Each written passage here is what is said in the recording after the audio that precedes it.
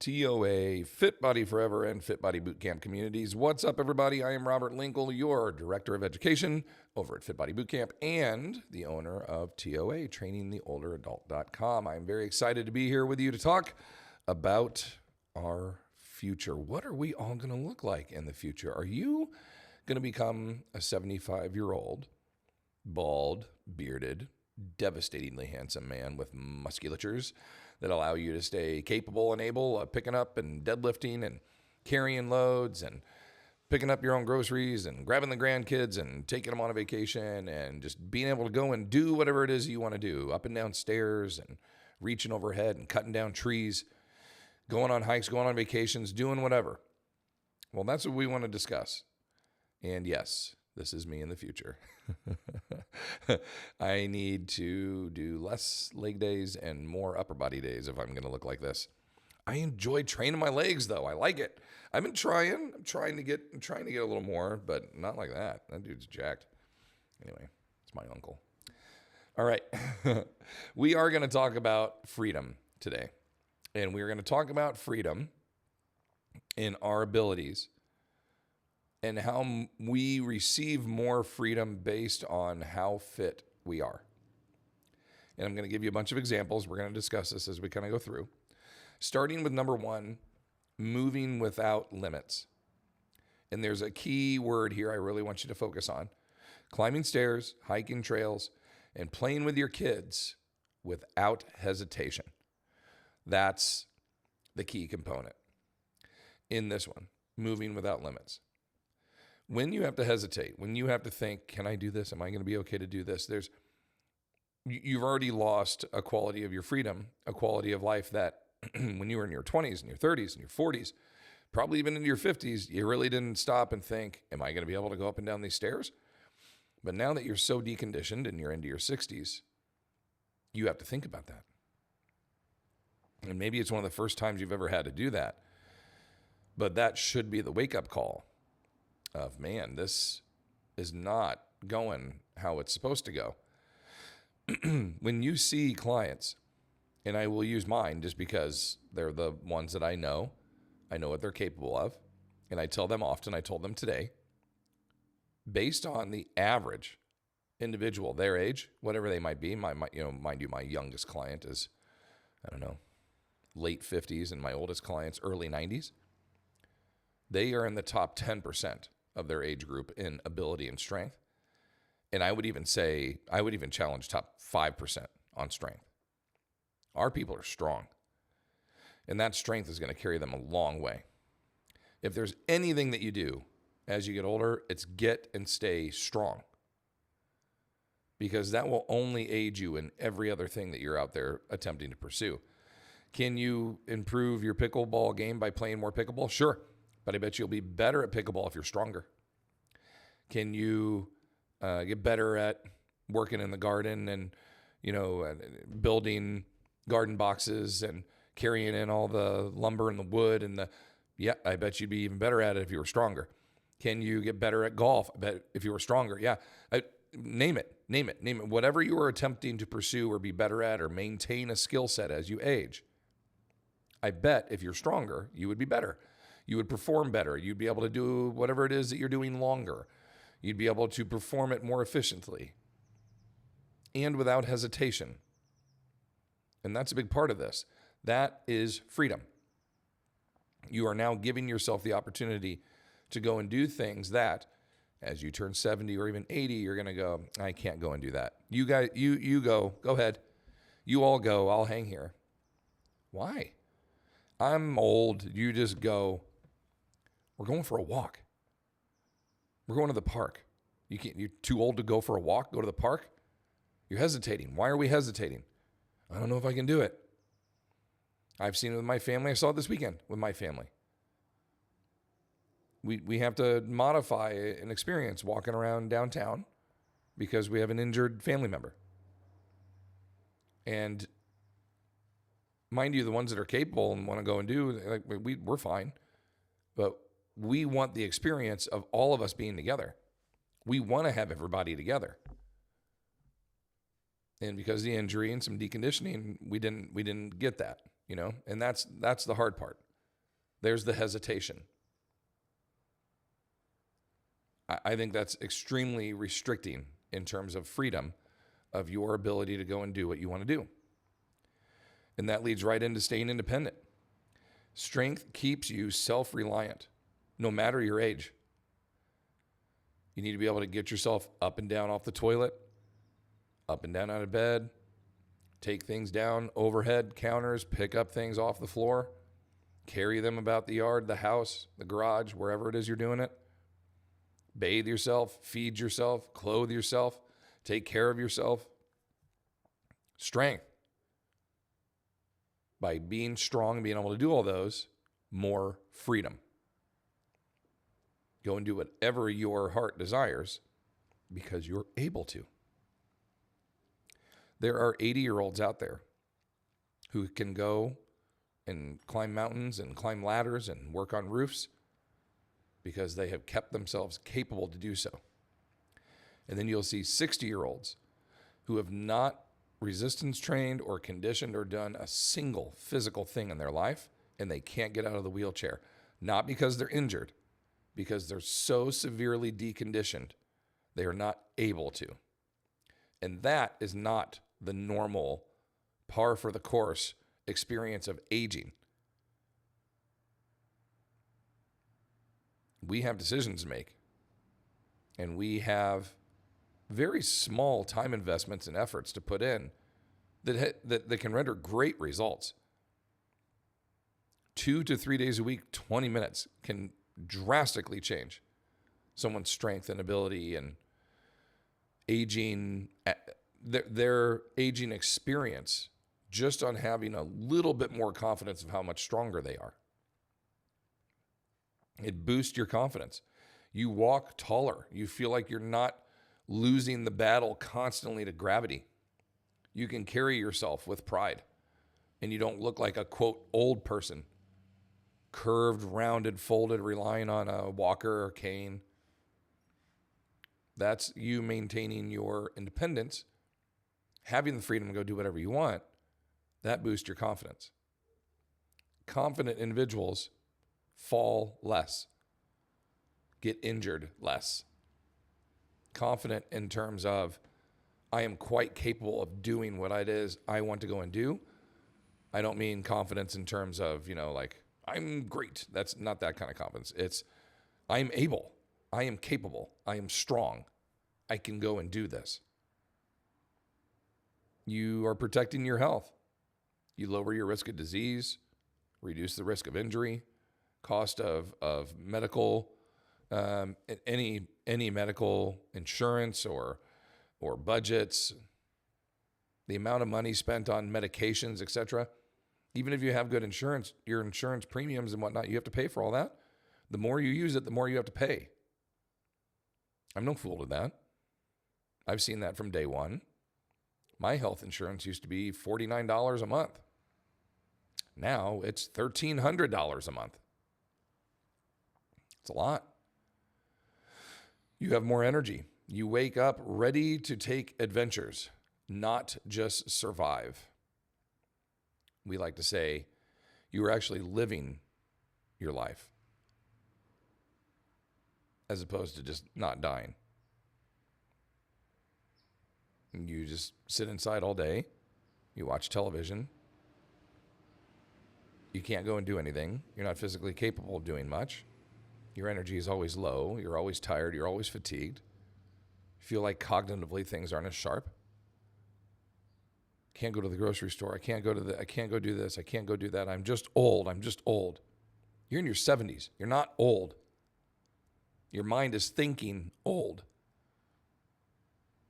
Biologically, you have deconditioned yourself to the age of 105. Chronologically, in your 70s, you're quite capable. We just can't allow it to slip to this. You have less stress. You smile more. Exercise, lifting, and anything that is strength and conditioning based always brings a enrichment of endorphins to where you feel your mood lift. You feel stress leave your body. You feel more energetic. You feel the reduction of stress. You feel a cleanse of your body, knowing that you put in effort to stay strong. And for the next 24 hours, you feel really good, proud, excited, able, and you're ready for the next day to do something else that helps you maintain that ability. We are on this gradual, slow decline of our deconditioned bodies deconditioning. Let's call that a 10-gallon jug of water filled to the brim. And at about 40 or 45, someone pops a hole in the bottom of that thing, and it just slowly starts to drain out, When you just sit there and you don't do anything, you're just inactive all day, and you don't stimulate your brain, you don't engage with other people, you don't move and go and do things, you don't lift any weights, you're not active. That hole slowly opens up bigger and bigger with every decade. More water starts to drain and drain and drain and drain.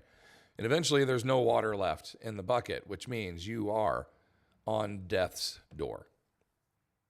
Completely bedridden. You can't sit up. You can't articulate words. You're not dead, but you're definitely not living. You've got this beautiful, wonderful world. You can hear the birds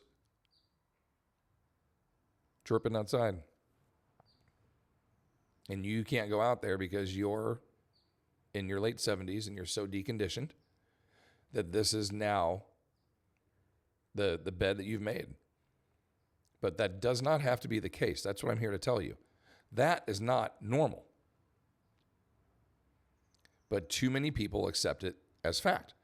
They believe that that's how they are supposed to age. And that's not the case.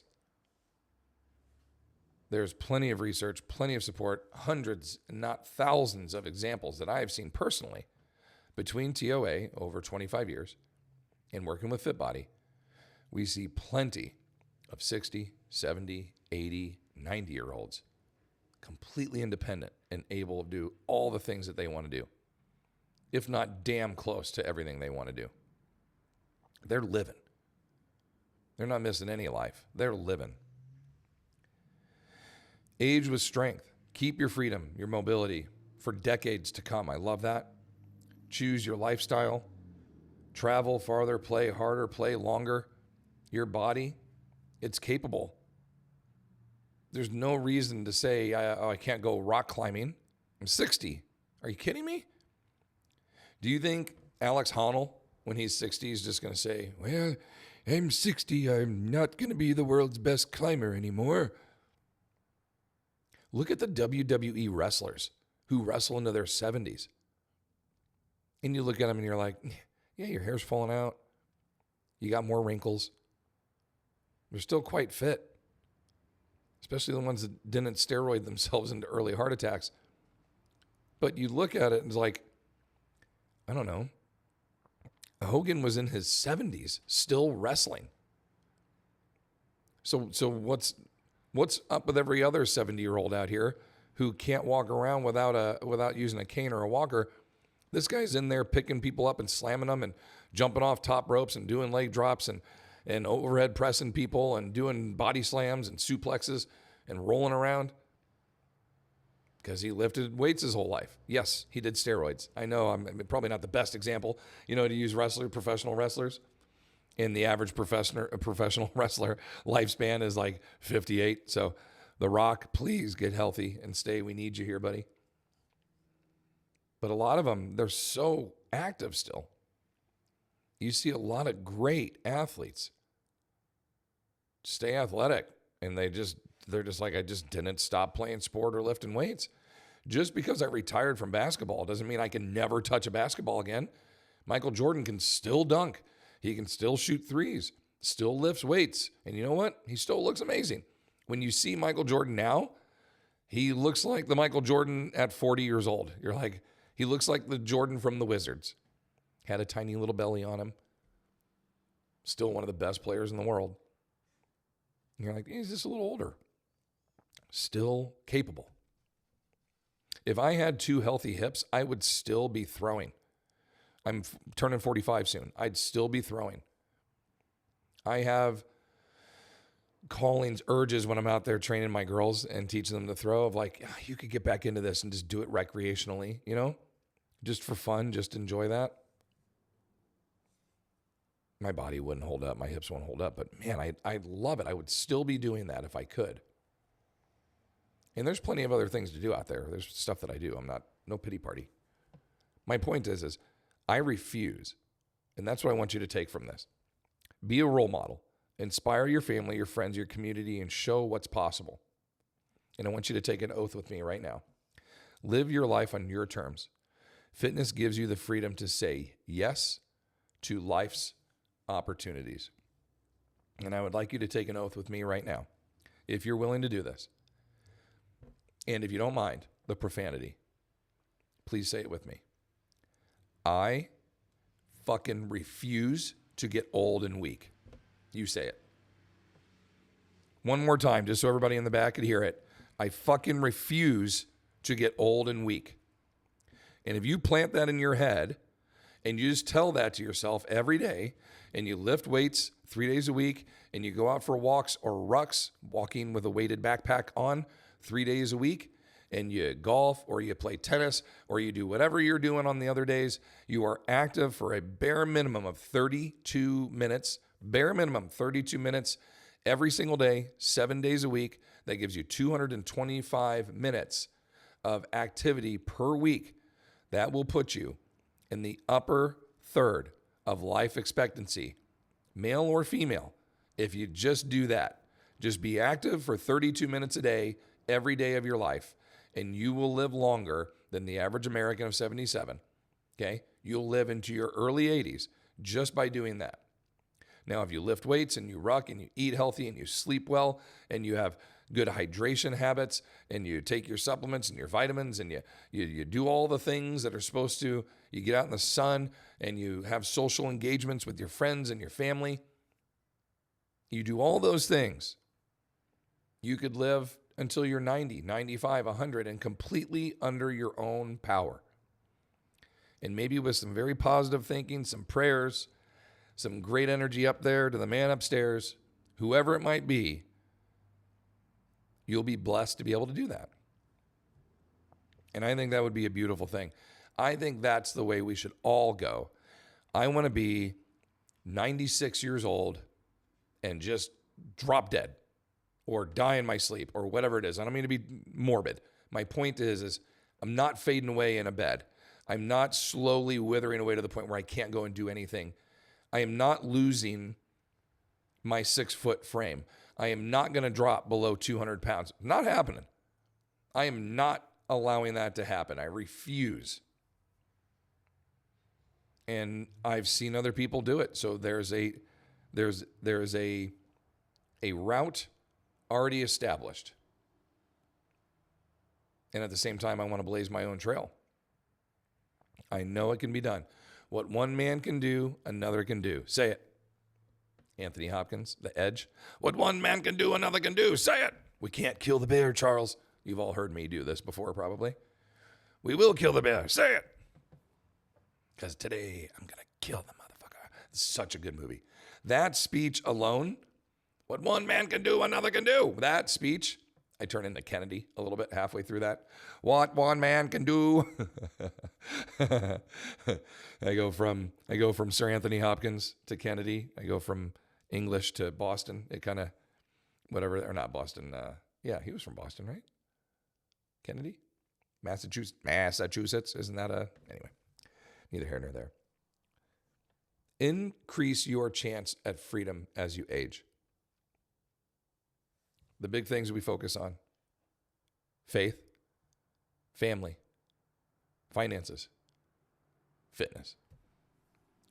If you can organize all those things, believe in them deeply, and have a circle of people around you that believe in you, support you, you can absolutely be the exception to what is commonly known right now to be the norm.